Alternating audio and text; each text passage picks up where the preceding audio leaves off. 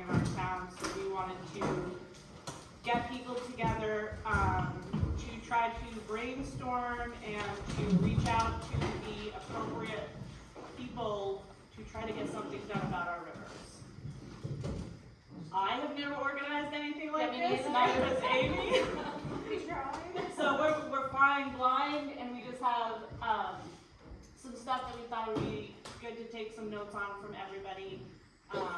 So we'll take thoughts from all of you and try to get a little bit of an understanding from all of you. Like, I know what my damage is, but I know you all don't have the same damage I have. So it'd be good to kind of get an idea of where our town is at.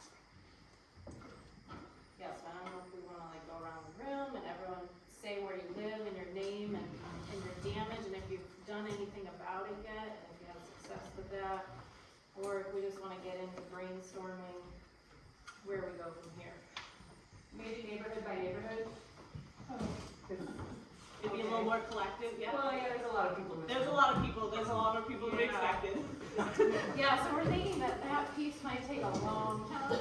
Yeah, but like you said, we can do it by area. Okay, who's in the village, who's in the center, we can definitely do it by areas. Okay. Okay, so who wants to start? Okay, who here lives in the village? Oh, property, you live in the village? Raise your hand.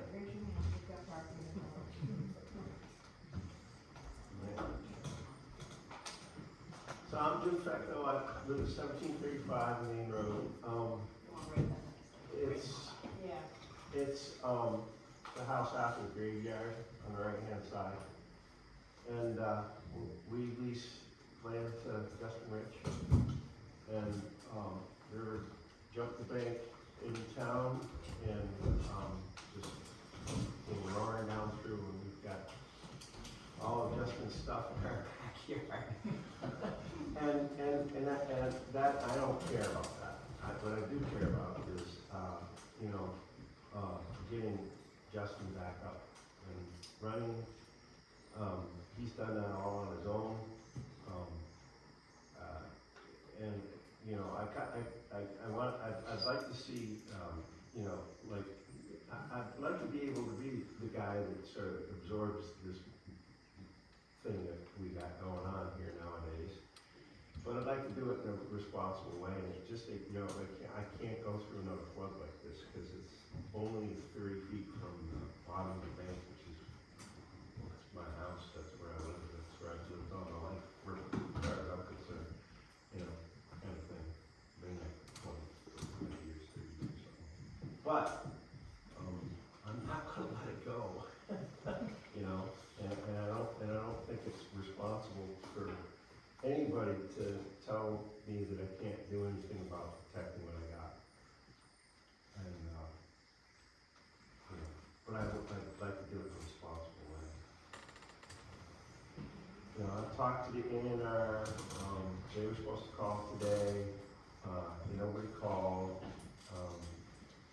I got, Now, what is A&R? There would be the people that would say you can have a permit to do what you need to do to fix the land. So, I talked to, emailed, Heather Pembroke. I've talked with, Tom Stevens' wife, who is in charge of a lot of stuff. I'm not gonna really be able to do that, but you could probably mention something about that, Tom.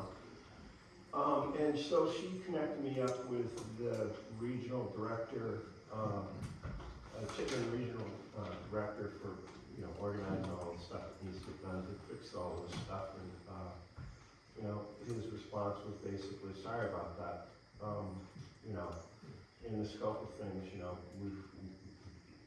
I think what he was trying to tell me was that it was a long-term process, and but that doesn't answer the immediate question. So, I've talked with Heather Pembroke. She might be here tonight. I'm not really sure. She's not here today. So who's But she lives in the Lower Village.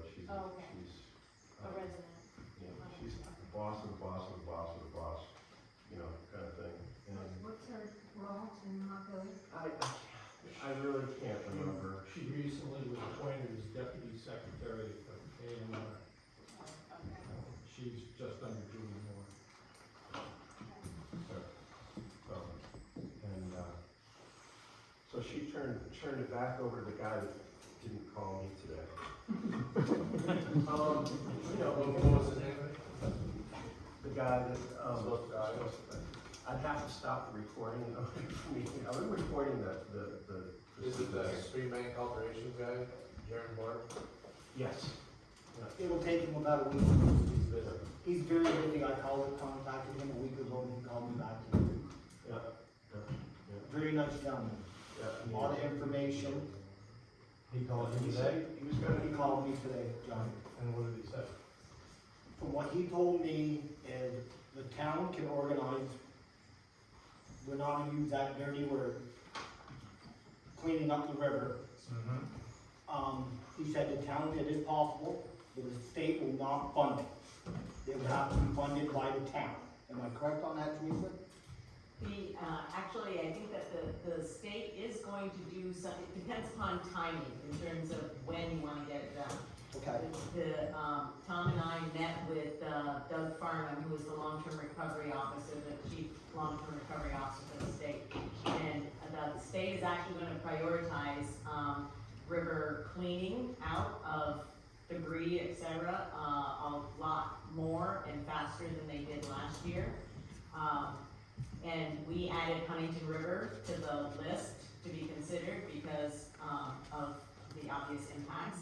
And, so it depends upon how fast you want it done. It can be added to the list and the state will get to it eventually, or you can do it with the town. But as you said, it's not something that is covered by FEMA. And what about private funds? The process that it sounds like you all have already started, there's, about a week or so ago, maybe 10 days ago, I, posted a link to the form you have to fill out in order to get a local, a permit for private property. For towns, right now, because the governor's executive order, all that towns have to do, if they're doing something, to clean up the rivers, essentially take a picture of the before and a picture of the after, and send it into A&R. That's what Julie Moore had written to me in an email, in terms of the process. For individuals, in terms of, what Jim was talking about, to like protect your own land, to do work in the river on your own, near your own land. There's a one-page, pretty simple form, and it does essentially put you in the cog of, somebody to call you back, somebody from the river management, division to call you back. And they're supposed to do a site visit, although I know somebody in Waterbury who, sent pictures along with that one-page application, and they didn't do a site visit, they said, okay. So that's what our experience has been so far. When you say debris, et cetera, does that cover gravel? They're not asking a lot of questions, I'll be honest. And for the person, that got approval in Waterbury, it did. It's stuff that had accumulated under a bridge, that was blocking, the way for water to flow through. Right. They determined from the pictures that no, this is not supposed to be here, and, gave the okay for that to happen. So, they don't say dredging in their emails, that D word, but they talk about, restoring the river or something, some such language, yeah, Back to the original state. yeah.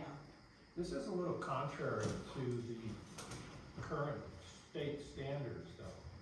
The current state standards are to encourage the river to meander, and that meandering is supposedly reducing the power downstream that will cause damage further downstream. But the meandering is what's causing some of the damage. I'm Duncan Kier.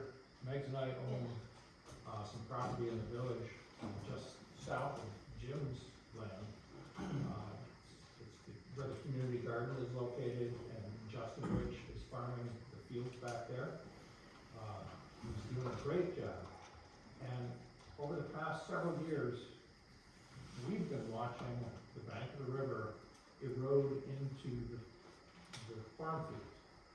Several years ago, Now, I would note that bank had trees on it, shrubbery, it was not a bare bank at all. And we maintained a 50-foot, buffer to the river, even 100-foot in some places. So we were following the regulations, several years ago, recommendations. we measured out a minimum of 50 feet from the bank. And for a few years, I mowed the trail further away from the river than that 50 feet, so that people would be able to wander down through there as recreation. Over the last dozen years or so, the bank in a couple places was starting to erode. Last year with the flood, July 11th, a year ago, it took out a lot of the bank in one section, to the point where it came up to where that path was. The river literally took out 50 feet of very deep, very fertile topsoil. Probably a 4 to 5 or 6 foot depth of Hadley soils, and it just washed downriver. If you were to stand on the Bridge Street Bridge and look to the north, you can see where the river meanders down through there. And over the last few years, there's been a gravel bar starting to build up on the inside of the curb. And with each high water event, I think it's flooding, but anytime you get rain and there's high water, more gravel, more rocks build up on that inside curb. And when there is a little more water, it pushes the high water into the soft soil bank. And if I understand policy, that's the encouraged direction that we want the rivers to go in. We want to enhance these meanders. But what we're doing is we're losing our farm fields. This is very different from the extreme high water we've been having that's tearing out people's houses. I don't know if some of the houses down at Huntington Acres or whatever are being flooded by the same buildup of rock and gravel on the far bank, and then it's pushing the river into these houses. But Joe Spence's property is one that we've all watched over the years. And each time there's a flood, more and more rock and gravel builds up on the inside curb. Or just a heavy downpour. Heavy rain. And the river pushes more and more into the deep fertile soils that Joe is farming. And I don't know how many acres he's lost, Well, it's about an acre this last time, just this last time. about 6 acres total going through there. 6 acres At least. deep The state, fertile the topsoil. state came, and they said, well, but you did it on the other side. I said, let me tell you something, you probably own a quarter of an acre. You wouldn't have a place to live if you kept losing all the land. And what you're gaining is rock and I'm gaining nothing. Animals can't eat so much. And what's happening is we're losing, Justin was devastated. The river this last time breached the bank and flowed down through the level farm field. And it didn't just, reach a floodplain and deposit silt and topsoil on that meadow. It raged down through there like the Huntington does. The Huntington is unique in how it does. And it tore out topsoil. There's holes as big as this circular table down through those fields. And 6 feet deep. Justin has been out there with machinery, trying to reclaim whatever he can reclaim, so he can continue the farm to his livelihood. Those soils aren't going down river to a floodplain and getting deposited like in Farr's Field or something. Maybe a couple percentages of that, acres and acres, we lost at least an acre. A small percentage may end up on Farr's farm fields, and they benefit from that. But I'm gonna guess, and it's an uneducated guess, that 90% 75% of it hits the Winooski River and then flows to Lake Champlain. And there's a lot of discussion right now, oh, the lake is all this turbidity in the water. Well, it's because we're losing our farm fields. And all we need to do, in my opinion, is to remove some of the gravel so that it's not, the river is not forcing the water into those soft, tender banks. We need to prepare some relief valves. We can probably utilize the gravel in town. And I don't know, Teresa, if that kind of management by the town would be allowed, but from everything we've heard for the last 20 years, absolutely not.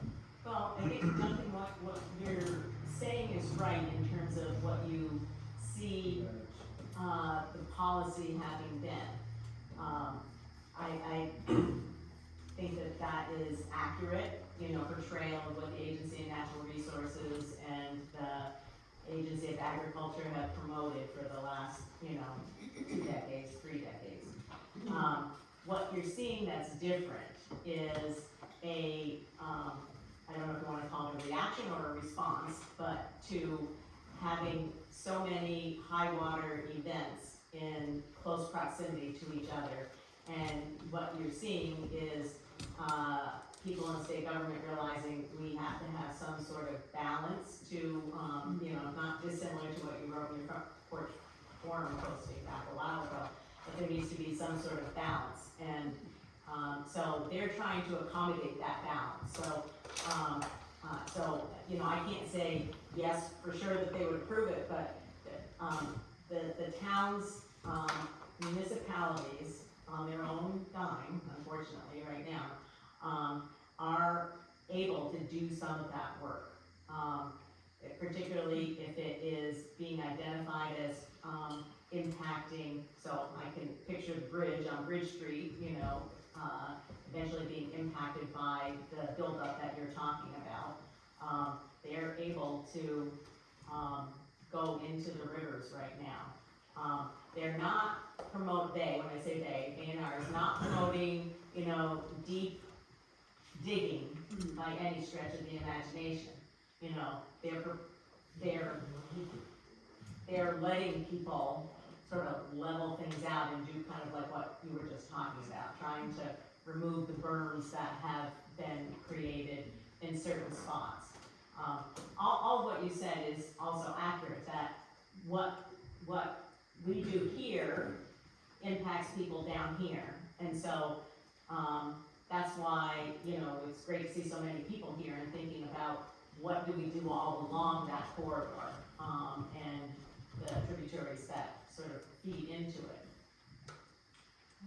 So what I'm saying is, I believe that it's possible, given the mindset of where people are now, and timing is everything, and that the executive order that the governor issued has been extended. So I think that it is, if people want to do something like that here, then it is, timing is important, I guess I would say. I don't think that executive order will be in effect forever. What I heard you say, Teresa, is that the build-up around the river, around the bridge, therefore gives us the right and the opportunity to start cleaning out some of that gravel. But I wasn't discussing, anything that's threatening the bridge. The only thing that's threatening- You're talking about down, or That's upstream or downstream. The only thing that's threatening is a 10-acre beautiful farm field. And that's not infrastructure, that's not a house, that's not somebody's. No, but that's where you can get the individual landowner, that's the one-pager, simple form to fill out.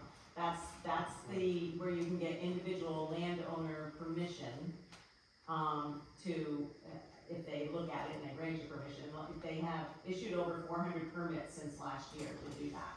So, they have done it, there's history showing that they have done that, so, they're not going to pay for it.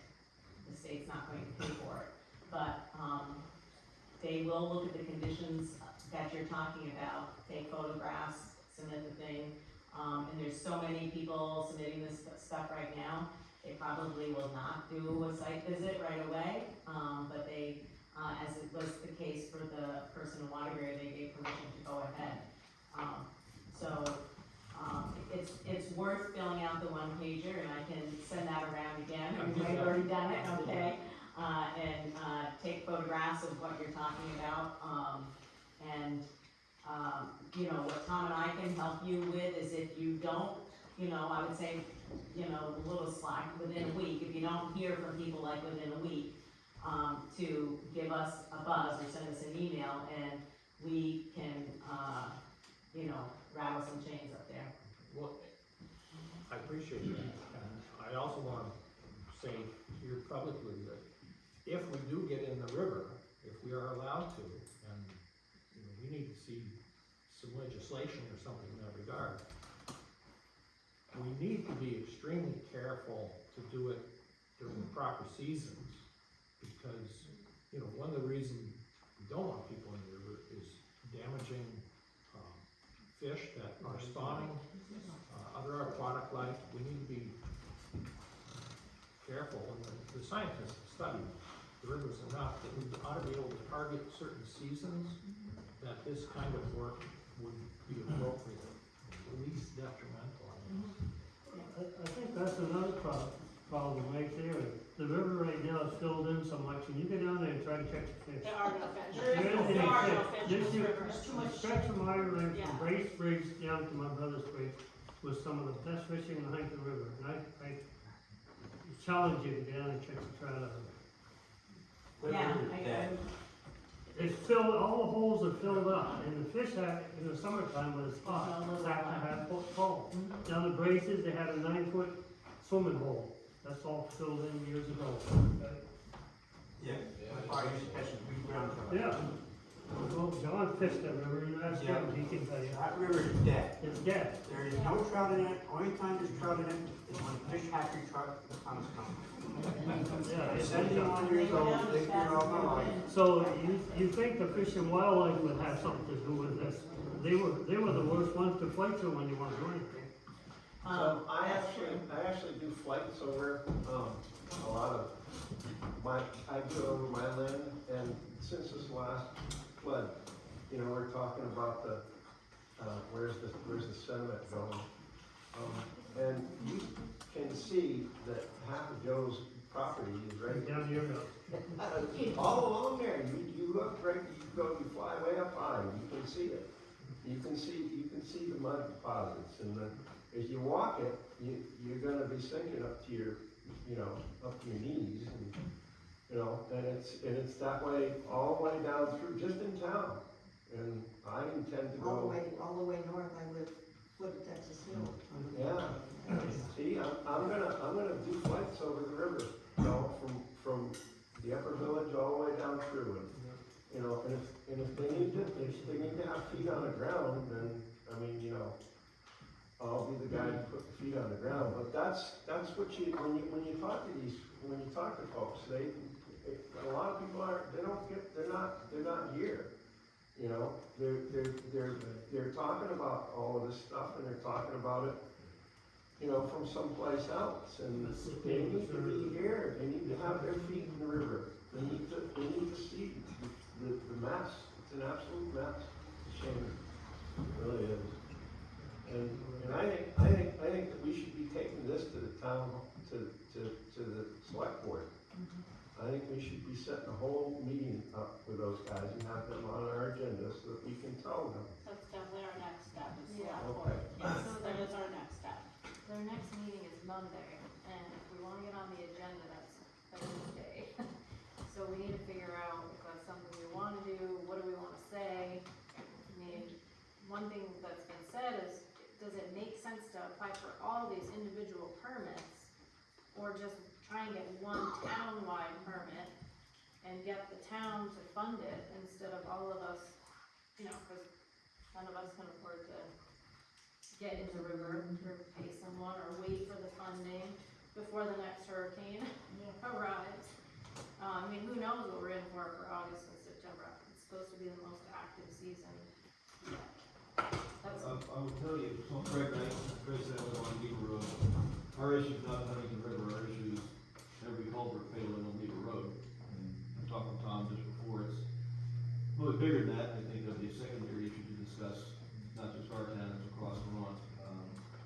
But I think hope is not a great planning thing. Hope doesn't work. We can hope the weather gets better. Right. We had it a year ago, July to the day. We had it in December, we had it in July in Canton. And there's more to come. You know, when I talked to the governor about it, I think, in my world, we're gonna continue to work with our swiftwater rescue team, but you noted up there, this is a time-sensitive solution. So I think it's important to get on the select board agenda. And the message is simple, what's the fix, and how do we most efficiently get there? Yeah, as fast as possible. I mean, it's just very straightforward to me, because, I mean, Larry, how close is the river now to the main road? Yeah, from your expenses. Well, To 50 feet now? Your expenses, Probably 55 to 60 feet from the main road. Yep, and how many north I'd have south? to put a tape on it. We do have measurement that were taken 2 years ago, I believe. And how many north-south roads are there in Huntington? We haven't measured since this last storm. So I can't tell you how much we lost this last time. Yep. We do have measurements on that. Yeah. Because we've been tracking that now for, I think, 4 or 5 years. If that road goes where there's a huge population who's gonna be in real Well, trouble. that's an issue, and you also got people's property that they've lived here their whole life, Yeah. that are in danger. Yeah. People, and I mean, to me, that's danger right there. I mean, I grew up in this town for 55 years. I mean, I'm going Joe, Timmy, all my whole life. I grew up here. Joe was my coach in Little League. I mean, I don't want to leave this town. And I was very well affected this last storm, as well as a lot of other people were.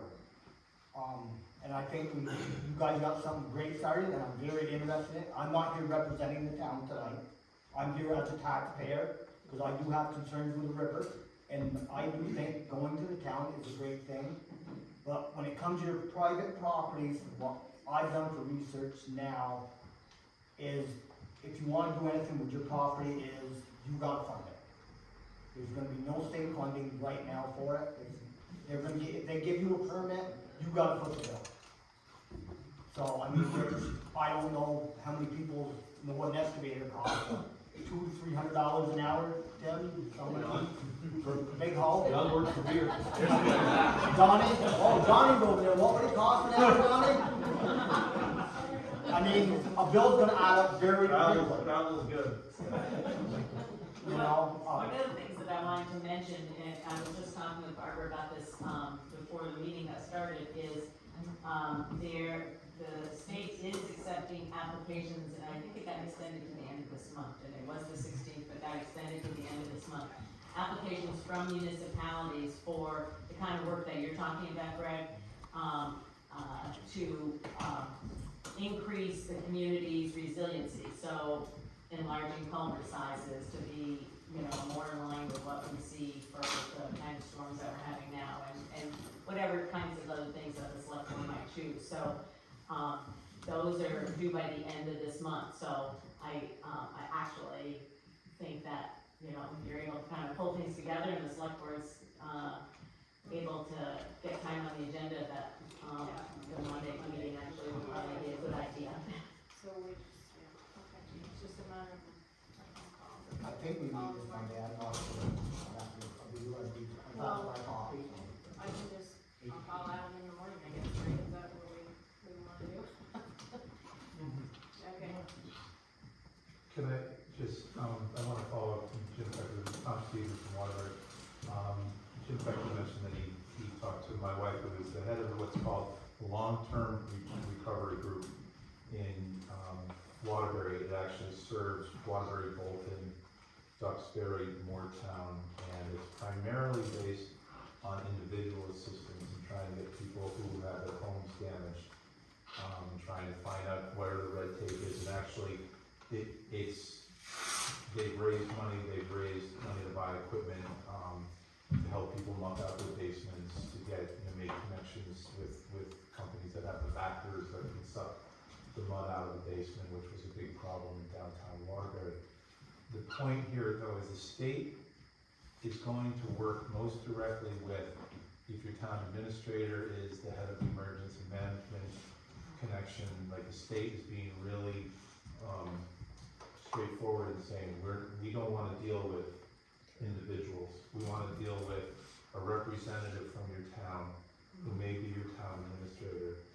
But that group, so that's your government, that's your select board that needs to set that up, your town administrator that needs to set that up to make sure that there's an open line of communication. It is incredibly frustrating, as you've all found out individually, to deal with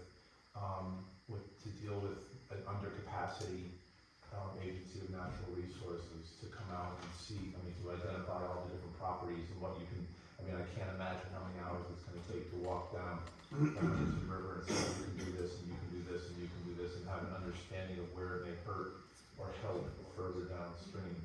That's a long-term problem. The problem that we've experienced in Waterbury that we're hearing here is what's gonna happen in the next big flood, and I think that's, to the point of the long-term recovery group, it would be, I think, a benefit to your community to find it's volunteer, it's not paid yet. FEMA may have money down the line to help, but it is trying to have neighbors helping neighbors to try to get this information into one place. And this is what in Waterbury has been very helpful at the expense. I haven't seen my wife since July 10th, essentially, because it's 16 hours a day of dealing with people who have been damaged in the flood, but also just trying to get the good information to you.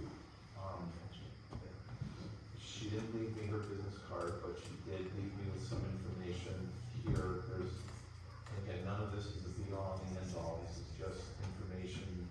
There are some funding opportunities through the USDA. I'll just leave a few copies. Barbara has copies that will scan. Heidi has copies. They may help you. They may not help you. So, Tom, Diane Gallagher from Uptown Hanksville. I was not flooded. I have a neighbor who was horribly flooded, just barely to their house from Bakersbrook. Are you saying then that the person, if I have an idea or a concern about contributing factors to the flooding we had from the Huntington River, should be told to our town administrator? Yes, so all these individuals now funnel themselves into the town administrator. Well, it's like setting up sort of long-term recovery, depending on what your needs are in your town. It's not my property, but 45 years ago, I don't think it was against the law to reroute a river. So I have a neighbor who's dead now, you all remember Ronnie Maynard. He rerouted the Huntington River way up in Hanksville about 45 years ago. Big time. Is there something, I haven't been down to his property, is there something there that's been happening over the years that's created backlog and then breakthroughs, because it's not the natural course of what the Huntington River was flowing at the time? And this is all downstream. So I want to know, who do I say, come take a look in this hidden section here, I'll show you how it used to be and what it's been for 45 years. You know what I mean? It's like, that's only one piece. And I want to know that it's going to the right place. Somebody, people who know about these things can put these things together. Or get a drone and look at it and say, oh yeah, we can see it. This was this week. We can see that this has built up here. There's all these boulders here. This is happening here. And, you know. I think there's going to be a great interest in. That's why I came tonight. No, I think there's going to be a great interest in something like, in a modern way, what Jim's doing with his drones, but also to see what the mapping has been over 45 years. I mean, when I heard the question that, how close is the river, I just went up to Hanksville. How far did you go up? I went up to the small cemetery that I don't know the name of. Oh, way at the top? Yeah, 9700. The border cemetery, just past Cars Road. Okay. And, there's. Not just past Cars. Well, it's about another report. Being done dry. Yeah, that's far away. Yeah, it's just up that far. Like, there must be another one I don't know about, okay. But, again, everything's happening now. I mean, the roads on the way up there, there's a one-lane road. There's pylons out. There's traffic lights in Hanksville. I know, welcome to the 18th century. But I just, the emphasis here is, can the community put together a group of people who are gonna take charge and really volunteer and invest their time to try to take all of this information that's gonna be coming at you, all of the stuff that we've heard just in this first half hour or so is like mind-boggling. And it's going to be, when we're dealing with the state, again, we can help when we're trying to cut through some of the red tape or get through the answering machines. But the community needs to take responsibility either through its select board or through a long-term recovery group to be able to identify and start assisting the select board and your emergency manager, because it is at worst impenetrable, and it's mostly impenetrable when there's things happening, like it's been, I mean, I don't know how it was up here this past weekend, but Waterbury was pretty freaked out on Wednesday and Thursday last week about anticipating what might happen. And so that stress, the existentialism of saying, if I lose a road, I mean, Bolton has 5 roads that go up from Route 2 and they don't connect, and 4 of them got wiped out in this flood. What does that say about how they're gonna deal with life? What does it deal with property, their ownership, or wealth? You know, those are answers that are not for the immediate crisis, but they are part of the ongoing crisis. I mean, Duncan, to your point about meandering, it seems quaint now to think that the river is always going to meander. And I think the state policies, as Teresa was saying, are shifting to understand that what happened a month ago wasn't a meander. It was an assault. And so it's going to be pretty slow and methodical, but this is the stuff that we need to keep in mind, you know, while we're still dealing with the hurt of losing a fishing hole, losing a swimming hole, losing farmland. It's really, I'll just leave it there. The charge I think in front of us all is, how is this community gonna work together? Because some of these applications aren't gonna be individual, it's gonna be based on the municipality, or through your emergency directive. So are you guys writing all this stuff down? Yeah. Yes. I wanted to mention too, I mean, the other big thing is the buyouts, you know, we've already had 6, we have 12 people in line, Work signed up, you're signed up, and we're just gonna keep losing more and more if we don't get this fixed. And also Texas Hill Brook, I said that was part of this meeting, I mean, that's a big problem, there's people on the buyout from the Texas Hill Brook, which is also impacting Texas Hill Road, our neighborhood. It's another, I mean, it's unbelievable what that thing has done, so we really need some help with that as well. I don't know how we do that, if the river can get more attention than a small brook, or I don't know how many things can we apply for, but. Well, one problem with the river is, over the years, I've lived on it all my whole life, like I said earlier. And I used to be able to walk out of my parents to the river, and it was 6 to 7 feet down to the water. I can take you down there now, it's 3 feet. It's 3 feet. Stuff from up the river has come down over the years. We've lost volume. We have no more, the volume is gone. So the only way to get the volume back is something has to leave. You can say the G word, you're I'll leave that word alone right now. It puts a bad vision Taste in everybody's- some people's everybody's mouth. mind. I've You're used gonna this, Take dozers and you're gonna rip the river from and end to it end. makes some people really flare up. I've seen that more than There are once, no so. banks, and that's, the Duncan's where it's reached, there's no bank. Where, Oh, I saw all that. the way down through, on the other side of the river where I'm at, there's no bank. There used to be 8-foot banks, and there's no bank. There's no bank, and you can do that anywhere. Bring out back here, there's a landslide, and everything from that point down there's no bank. There's no bank. It's chock-a-block full of landslides. You know, I don't think it's just those questions happen, because if I look at I'm not a hydrologist, to qualify this first, but you're driving past your place, if you look out into the field, you see the contours. The river's done it before. And then somehow, to your point, maybe it was 45 years ago, somebody put it back where it was, and now you come back to this oxbow. The and problem meander. is the gravel, like they said, in the middle. It's pushing it to the side and washing it out, and then it just washes all the loam. On my land, there's 40 odd inches of loam that's going down to Lake Champlain. Am I right, Jimmy? Yeah. And now, my meadow, the long meadow, I can't get from one farm to the other. You know, I have to go up the road and deal with these idiots going 60 miles an hour trying to get hay down. I can't, it's washed out, so it comes so close to the road, there's no roadway or a place to get through. But that bank, I don't know, there's 10 feet or more there now. That was way back up this way, it's only, I don't know, 5 feet at the most. That never flooded, and it pushed stuff up on that land that it never had, you know.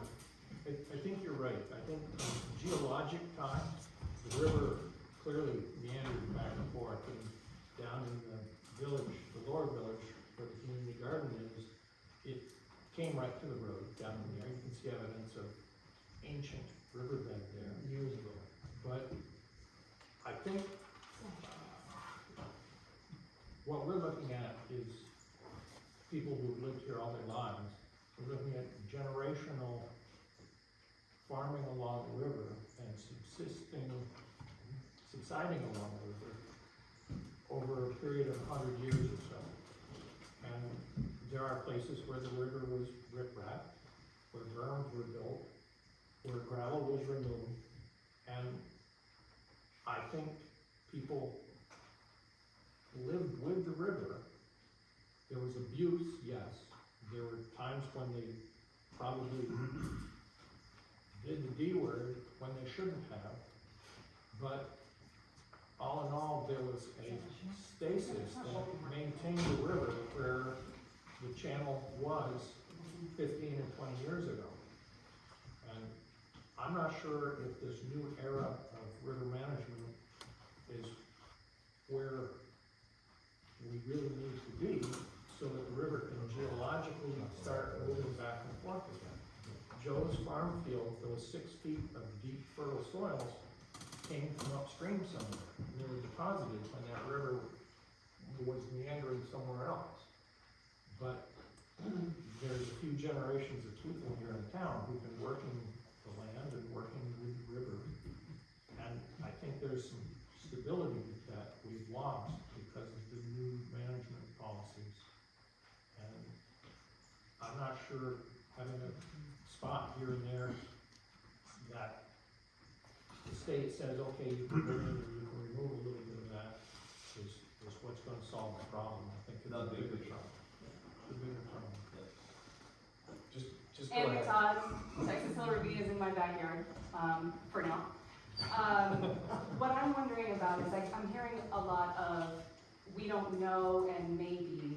So my question is, and I legitimately don't know this, who is the right group to assess the river and make and its tributaries, and make recommendations that could help us come up with a plan of what we can do on an individual property owner level, what we can do as a community of volunteers, and what is going to require professional and read from that expensive services.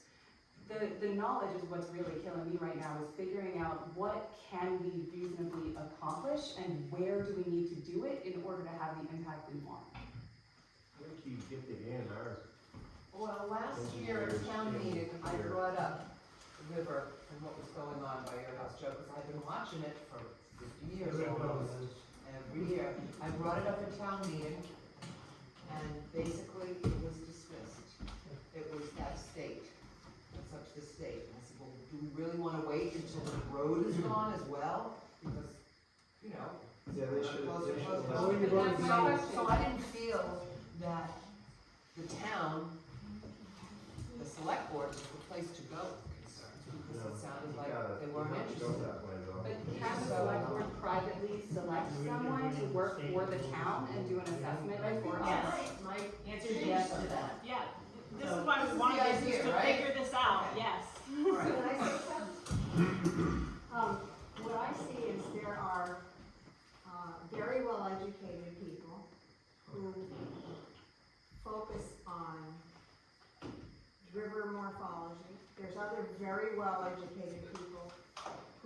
study the ecology of the lake. There are other very well-educated people who study the habitats within which fish and natural flora and fauna grow in the rivers to keep the water clean. There are other very well-educated people who understand infrastructure and what's important and what we can let go. And the point that I see is that very well-intentioned, very well-educated people who have studied parts of the big picture and understand and own, in a sense, the knowledge, don't necessarily agree. And, you know, within this room, there's sort of a sense of, well, what's the priority? The priority is we need to get the river to where it's not destroying and taking away farm fields. You get,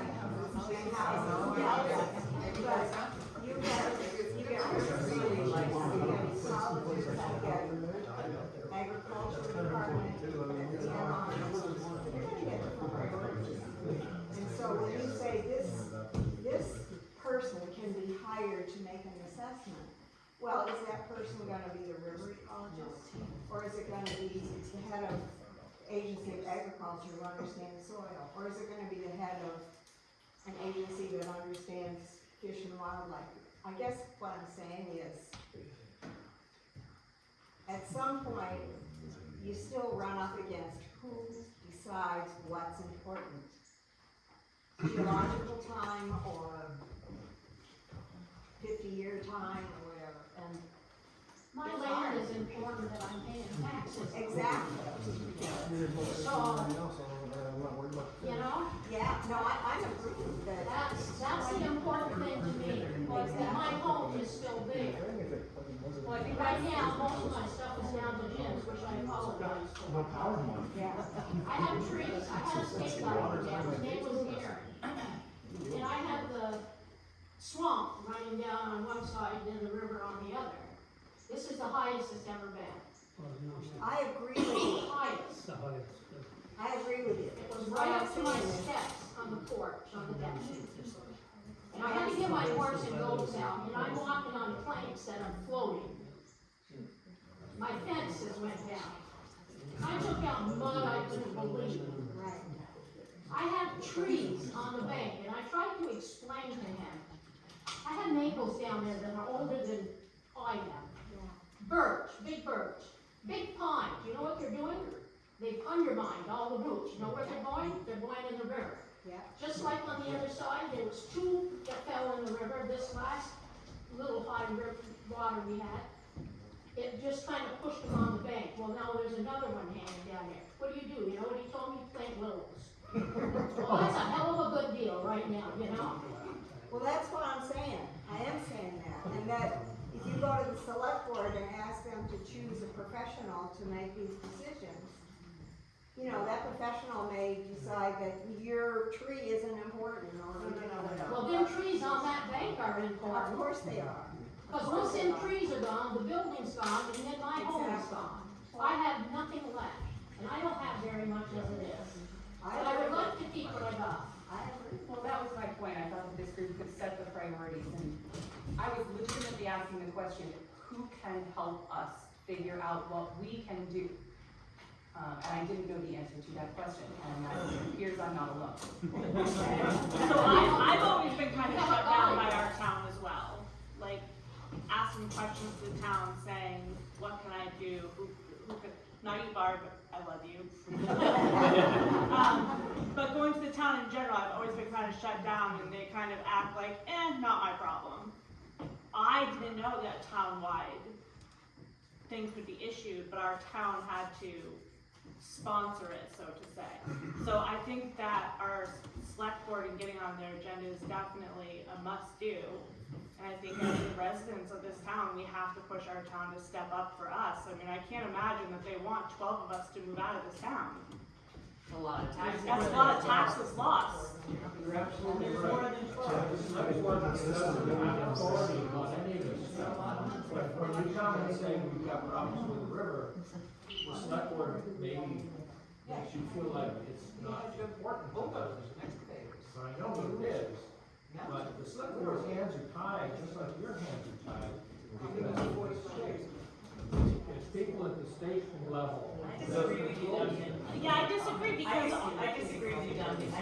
The select board really serves as the voice for this community within state government, okay? So part of the job of the select board is to represent the community. And representing the community, is probably what I would say is the most important thing in this particular time. And, you know, we have lots of different people here and they've got different ideas about what's, you know, number one and what's the most important thing. But I disagree that the hands are tied because, like I said a little while ago, timing is everything, and right now, there is an openness to addressing some of these issues, and so, I believe your select board, you know, I'll think positively about this, will represent the concerns that you all will bring, to them on Monday, and try to coalesce around what is the solutions that we are looking for? What's important for our community? And, you know, protecting people's livelihood and protecting their homes and protecting public infrastructure. Those are all things that the select board, I feel positive, will advocate for. So there was a select board meeting the other night, maybe you remember this, you were there. We're talking, you said something about getting some gravel out of the river. All of that, And what the governor has done was mentioned, and then the chair of our select board said, but there's a $10,000 fine if you abuse that. Per day until you put the material back. That's a scare tactic to get everybody to stay out of I'm very, very much against all of this. I get that, but I mean, I think if we, you know, you have a large chunk of your community sitting in this room right now. If you all showed up at the select board meeting on Monday, I think it's important for them to listen to you. Teresa, I have to disagree with what you said, I'm sorry. That's okay. I disagree with you, so you can disagree back with me. The select board says the state statute is out of their control. Now, things have changed in the last couple of weeks. State has opened up some floodgates, shall we say? But the select board, I think correctly, has said that our hands are tied. State statute says we cannot. And I sat in select board meetings for 20 or 30 years, and occasionally Joe's fields come up for discussion. We can't do anything until it imminently threatens the highway. And once it comes within a certain number of feet, then the town can do something. But in the meantime, it's entirely a state statute that prevents the town from doing anything and prevents a private landowner from doing anything. Things have changed right now. So state statute, I understand, is not, our town can't change that, our select board can't change that. What we're saying is we want our select board to stand up for us in our state, with our state representatives, because they don't wanna listen to the individual guy. So right now, they've opened the doors for stuff to happen. They've opened the doors for changes to be made. So right now, we need our select board to go to that state and say, our town needs help. Here's what we have going on. That's what she's saying. Essentially, we need to give our select board, here's what we wanna see, here's what we're trying to accomplish, and our select board needs to go, it's going up the ladder. It's like going to your job, you work up the ladder. So you, as the select board and the representative of our town, needs to go the next step to our state. We know that you guys don't make the ultimate call, but you are our voice. And Teresa and Tom are the next step up the ladder, right? And appreciate all that you have done. You really represented Huntington very well. And I appreciate what you're saying. Let's get on the select board's agenda. Let's have the select board put pressure on A&R. On Teresa and Tom. That's the thing. Well, we can change laws, but right now, the door that's open is with the Agency of Natural Resources to get things done now. The legislature doesn't reconvene So, till so how does January. the Agency of National Resources know what to do? So Who's Teresa, going to them and saying, we need you in our Well, town, they're right? gonna be able to Let's get that say, information from the town. can I just say something? Let's say that we think these gravel bars need to go. Let's just make that, let's just say, just for the hell of it, that's the number one priority. What will we do? What's our next step? We want the gravel bars to be removed, not the D word, but we want them removed. What do we do? What's our next step? The first thing I would suggest is that not just to leave it on to Teresa and Tom or to the select board individually, but again, to have somebody who can take a look at the emergency declaration that the governor started last year, and he updated it in the third week of July about what laws and regulations are being loosened right now. That includes removing, you're not dredging, you're removing debris. Right? You're removing debris, that's what you say. You pick up the phone and say, we need to remove debris from the river, we're not dredging. But I can't speak for what they would rule on an individual case by case. Well, you would look through the emergency declaration, if it says A&R, then you would call A&R, or your emergency management person would be dealing with it. But it's a question of going through and yes, staying on top of them to respond, because again, it could take a week. And Tom, isn't that where Jason Board would have to do a site visit and make recommendations? I'm not sure what their process is, but it sounds like that's what they're doing, is that they're sending people out. They sent someone out a week or so ago to Bolton, and then I guess it might be the same, it might be Jason, who then came up here. So I emailed them, Jaron Ward or whatever, about removing trees from the river. And he basically said that we could remove the trees as long as the total was less than 10 cubic yards of material below jurisdictions.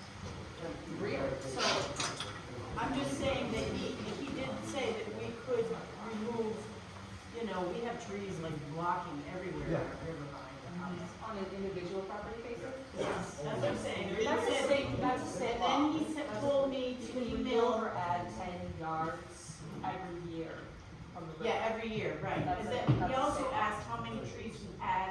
I told him that we had at least a dozen. He said, I think that'd be fine, and if you find that you have more than that, just email me back again to let me know how many you actually want to remove. I know the trees aren't the problem, no. I know the trees aren't the problem, I was just saying, he did give us permission. So getting that interpretation of what the emergency declaration says is gonna be really important for when you wanna remove up to 10 cubic yards of, if that's how you identify it. And getting the select board to understand that, getting everybody to understand it in some way that what you can do. So can I ask you a question, when you say the governor's executive orders, it's open right now? Yes. So if somebody comes to our house right now and starts helping us to get some of this moved, are we safe, or if we don't have a permit on hand? You have in writing from the Agency of Natural Resources permission to do that, so. Right, but I'm saying to go into the river and try to clean up a little bit, I mean, as long as the governor has said, right now, that's okay? Yes. If somebody showed up at our house and said, hey, do you have a permit for that? I say, I say, I have this email I from have the this Agency of email. Natural Resources. So I have the same thing, Linda, I have an email from Jaren, so I can tell you that I think now is the time to act, because, I'm Ken Russell's daughter, and the river behind me is taking Johnny Miles' field. And when it takes Johnny, it takes me. And in the past, I have asked to have the rock barge removed out of the river, and I've been told that I can remove that barge, down to water level, but I have to pay to have it trucked out of there. It cannot be used in the river. My septic is currently 4 feet from our river. So Jaren came in the other day and said, you have my permission to move that barge to your side of the river to protect our river from that septic. So, under normal circumstances, they would never allow me to do that. So while this order from the governor is open, we definitely need to get our town, our select board, our administrator, whoever it is, we gotta figure that out. We gotta get them yelling and talking for us, because they are letting us do a lot of stuff that they weren't before. Can I make a suggestion? Since Tom's suggestion, I'm Barbara News, I'm with the Conservation Commission, that's why I'm here tonight. Sorry to apologize and say my property hasn't been affected, but I'm really sorry about all those who have. One of the things is that I think Tom's suggestion of a long-term repair group, of having a group of people get together, meet, and be kind of a conduit for everybody else, instead of a huge group like this, would be a great idea. And maybe if people would check their name or something on the sign-in sheet to say they'd be interested in helping out on that, that might, then you'd have a place to start from the sign-in sheets. Just maybe do an X or something, say you'd be interested in being on that group. I think Huntington needs that. And it probably took a long time for your group to organize in Waterbury. Coalesce, but, Coalesce. you know, but it started, again, afterwards, I can give you my wife's number, and you can, Yeah. she's happy to consult on what it takes to start something like that. But it took a while to coalesce, because the focus was, a year ago, was, oh my God, here's another flood, and how do we help people?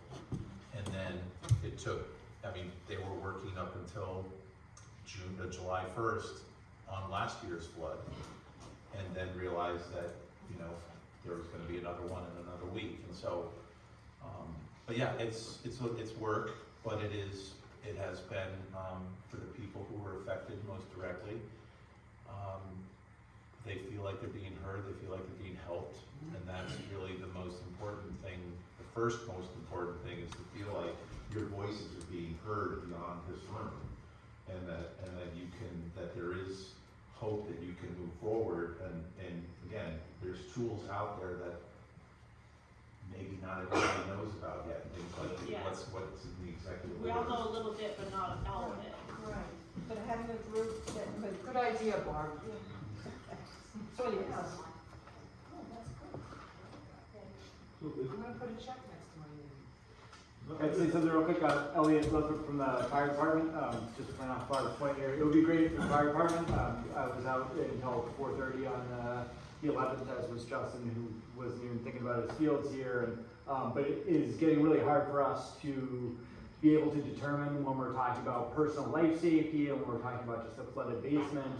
And I'm really sorry for everybody that's in this room. I know everybody's going through a lot of hard stuff, but it would be really helpful if we had a sense of who the people are who are routinely in these bad situations, had some way of getting in touch with everybody, and whether that's not necessarily the people that are in this room, because you guys are already dealing with a lot, but other people in the community that could say, all right, we're gonna do a proactive, flood response group that's gonna be able to say, hey, we see this thing's coming up on July 10th, everybody be aware, and then some way that we could communicate, with people in the community, because we could see it happening. We could see that the water was really high in the south, and then like an hour later, and this was like completely different than last year. And I know it's like we're talking about a lot of different things, move gravel, not move gravel, but it's really important to understand that what we witnessed was just the sheer volume of water, and that's something that's not going to change. I think it's 15 months in a row we've been setting record temperatures. The warmer the air temperature gets, the more moisture it can hold, and we're just seeing the results of that. We need to figure out how to work within that. And it would be really great to have a community group that could help us within the fire department start to suss out. We're like dealing with some of these basements just flooded, but we're also getting swiftwater rescue responses. Richmond can't access half their community, so we're trying to help them. So it gets really hard if we're trying to make those calls and also help all of you. So anyhow, I know there's a million things to deal with us. Another point I want to make just real quick when we're talking about the D word, gravel deposits, all those things, I think it's really important to consider the bend in the road at Horseshoe Bend. And if you go on Google Earth and go down, you can do like the street view on Google Earth, and you can go zoom out, fly around right there and check it out. There's just the forms of the land there and the way the river curves. When we get that much water, there's just no way for it to exit fast enough there. And what we witnessed that night was it just backed up into Huntington Acres. And I know it's a really hard thing, but it's. Started on our end. Yeah, no, totally. That's what it does. And we thought it was, we actually went home for a half an hour, we were like, oh, it's actually receding, and then it rained again, that water was going downstream. It did recede. It rained again, and then everybody, but you can see it happening at Huntington Acres, and you can see it backing up, and it's just something We we never seen before. So anyhow, Yeah. that's all, thank you. What did you wanna say? Well, I've been in the military 42 years, so I know a little bit about bureaucratic inertia. I would tell you, to your point, you asked, who's the person or people that we go to for that? We want a long-term solution, correct? Yes, We yes, could- we do. Linda, you can clear out yours and Joey can fix yours, but big picture as a community, where do we need to go in process it? So I think if our select board is the mechanism, then that's great, come up with a group of folks to be the conduit for information, perfect. But somebody ain't on it. There's somebody who says, yes, this is what you need to do, this is what you can do. If we've got latitude within a governor's executive order, then we need to jump on it. And I don't know if our town, Larry, where'd you go? He's nice. So, does our town have, legal counsel, we have We have one right now. yep, maybe that's another resource Jim for us to Carroll. consider what we can and can't do. Correct. Some interpretation from somebody that we already own. Yeah. So I just wrote down a flood watch and response team and a Huntington River resiliency group. In terms of next steps, maybe. I didn't write them up here, sorry. I have my recorder I on. wrote the executive order, and then I wrote reassigned a lawyer. I figured it was too much to write. And those are two different things, like the first emergency response versus Yes. resiliency are two Yep. different things. Yep.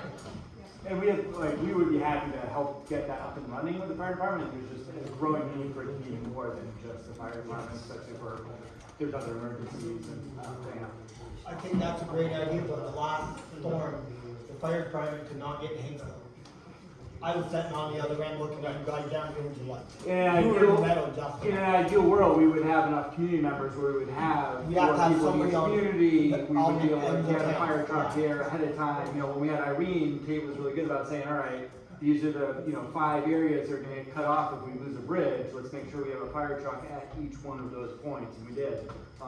Also to the losing, the road point, we're gonna lose the road at Brace Bridge, south of Brace Bridge, before we lose its expenses. We didn't dare go over the bridge for 4 hours that night, we were trucking on either side, and it was actually, wasn't even the bridge, it was where you guys saw, where the road washed out, but. So one of the problems, so I'm Tim Tapp, we own the bridge right now. That bridge, so Tate is actually, he doesn't do that for a living now, but he is a certified, bridge engineer, bridge construction engineer. He can design bridges. He told me that they will never build any more bridges with pillars in the bridge, in the water. That has 2. It's a problem. The chamber on this side, we mentioned it to the town to clean that out because it was 3/4 full. It took like 6 dump truck loads out, left the rest. It's a problem. It speeds up the water so much and it holds it back, and that's why it went over the road so bad above this side of the bridge. That's lack of maintenance. You can say the road crew is too busy or whatever. Gotta hire somebody to do it or whatever. Just didn't get taken care of. It probably was still gone over the bridge, over the road, but it was like 2 feet over the road there. Destroyed. We're looking at a lot of damage. We farm up and down the river, watched the river for all my life. I've been there for 52 years. Obviously, when I was little, I didn't see what was going on with it, but I do remember bridges being gone in '76. I was only 4 years old. But we've got problems like that they're not getting addressed. I don't know how we can bankrupt. I feel like Huntington could bankrupt the state if the state was going to fund all this. I mean, there's a lot of money. We just blasted rock. We're going to rip rock banks. We've done it before, all at our expense because there is no money for it. We're allowed to do it because it's an agricultural field. People, I believe, are allowed to do it. I've talked with the river stream bank engineers a few times. They are, they're willing to they would have let you, Joe, do that, all with your own money, when it started. 25, 30, 35 years ago, 40 years ago. Wouldn't have been like it is now. Right. But But you had to come up with the money in order to do it. My pocket's empty. I know, that's part of the problem. And we can all, you know, I'm farming, Justin's farming, we all have big losses. People have their houses, you know, flooded, it's a huge loss, I understand that. But, and it's human nature to be a little selfish, okay? I feel when I see a road washed out, like I've used the example of that Peasaw Road, halfway down Richland Hill, okay, it washed out, people can't get out. You know what, well, that's important, right? People need to get to work, that's infrastructure, right? Our farm sells over 6 million pounds of food a year to the world. My infrastructure are these fields. I don't care. So if I wanted to be like this, the people are saying stay away from the river, I would say, don't rebuild Besaw Road. People can walk to work. They can put a car on the other side, whatever they need to do. Just don't fix it. Because that's what you're saying about the river. For my infrastructure, which is the fields, and Justin's infrastructure, which is the fields, Duncan's land. You know, Duncan, I've been gonna ask you, if you, after your post, you know, you can think, before you owned that field, would you have felt the same? Probably not. You listen to the people, the educated people, the highly educated people you're talking about, they're saying stay out of the river. You'd be listening to them and you'd believe them. And that's natural, you should. But now that you've been there, and most of this town doesn't live on the river. Most of this town doesn't own land on the river. So they're listening to the same story you do. And they don't want you in the river, they don't want you messing. But Tim, Joe's the classic model here though, because before we owned that land in the village, I knew Joe, and I watched his farm fields. And I've grown up in Vermont, and I know how important farm fields are. And yes, it was heartbreaking every year to watch a little more of that bank slough off into the river. And Joe doesn't have deep pockets, neither do anybody in this room, I don't believe. We had Jaron Borg come out several years ago to take a look at a spot where the river was eating into the field down there on the Hanson property. We could have rip-rapped 90-something feet. If you did 90-something feet, it wasn't jumping through all kinds of hurdles. We had an estimate for somebody to come in and rip-rap that 90 feet. It was $10,000. Yeah, It was 90 feet. I've done it. And we just blasted $15,000 worth of rock in the car. Trust me, I know what the investment is. Yeah. And that's, I depend on it. And most people can't afford that. I think that's the fight, right? That like Years ago, all they your say the river permits, out the bank but was who's gonna pay, like, there's no you river got a permit, between the we're not river and the the top of the bank, it's 3 feet, 55 cents. That's a lot of difference. But is that, does everyone agree that that's the fight, that's why we wanna get this, try and get the town involved and get the town-wide permit so that we're not all having to apply on our own and having to put the I think you're bill- absolutely right, but I don't know how you find the person. Greg, know. you just said that you're used to this bureaucratic BS. You want to take the lead? I second the motion. I know.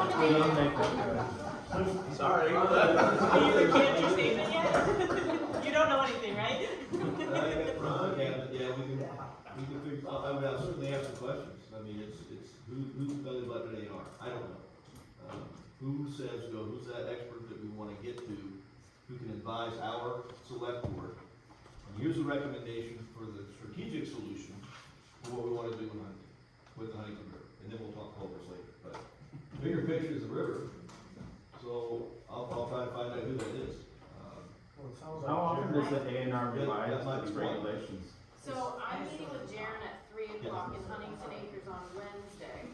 And we have to tell the select board by Thursday if we wanna get on the agenda. So if anybody wants to come to Huntington Acres, we can just hammer with questions if that's helpful. I don't know.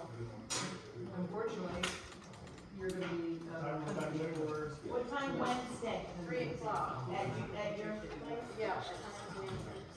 you're the brown one. I'm the bluish gray one. I told him to make it wrong. Oh, you're the bluish gray one? Yeah, across the whole Gilbert. I don't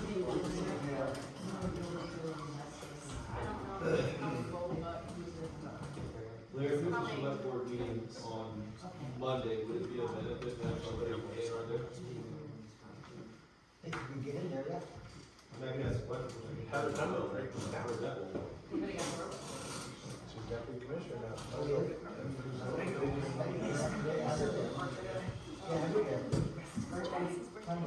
Have a number, he just said, I didn't know her title. I didn't either. Deputy commissioner of ANX. Yeah. How can you do much better than that? Yeah. I asked you to come to the meeting tonight. You did. She doesn't own land on the river. She's going though. Yeah. She's going. She's smart. Another 10 years, she's probably really good. I don't know if it'll take 10 years before you got her. All right, I'll get him up.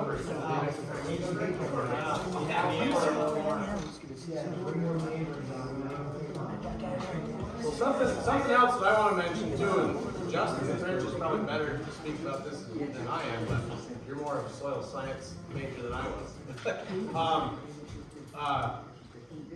So all this soil that Joe loses, or that we lose, or that Justin loses, is nutrient-laden soil.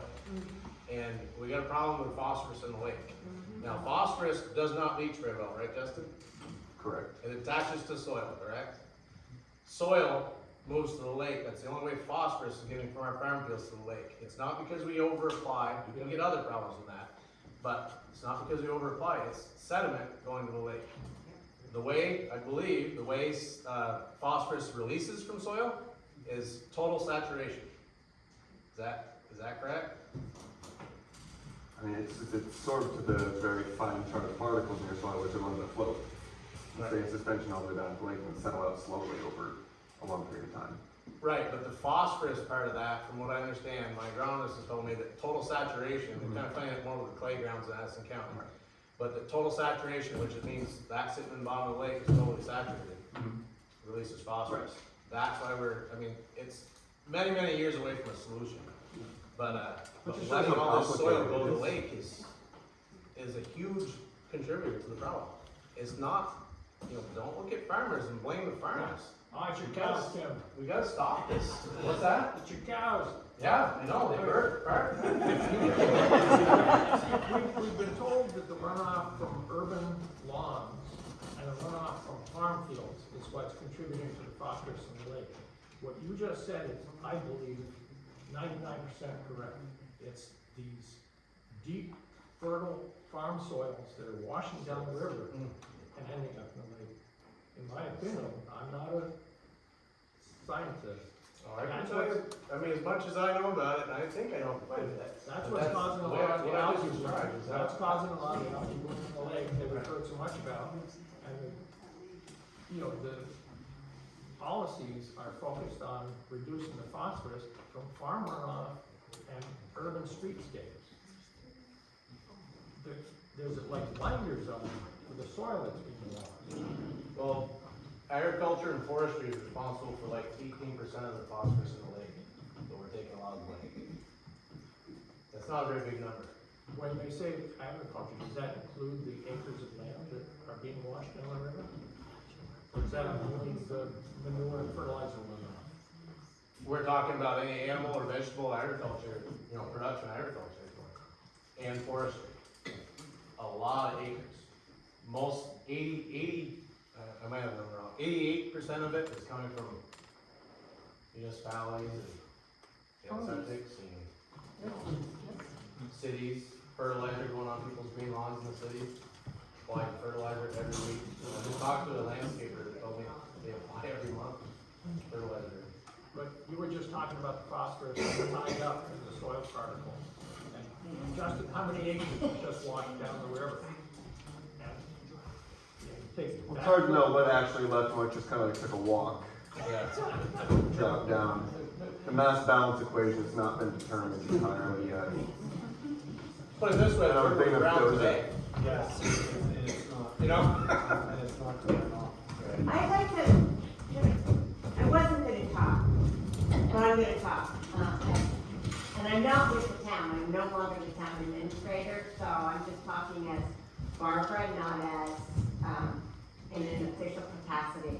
But since I'm seeing the clock, I'm thinking that it would be important to follow up on Barb's suggestion of, if you're somebody who wants to really work on, with a group of people, on solutions and also what to present to the select board on Monday, to check your name, so that we can develop that long-range committee like, Tom's wife has organized in, the Tri-Town area.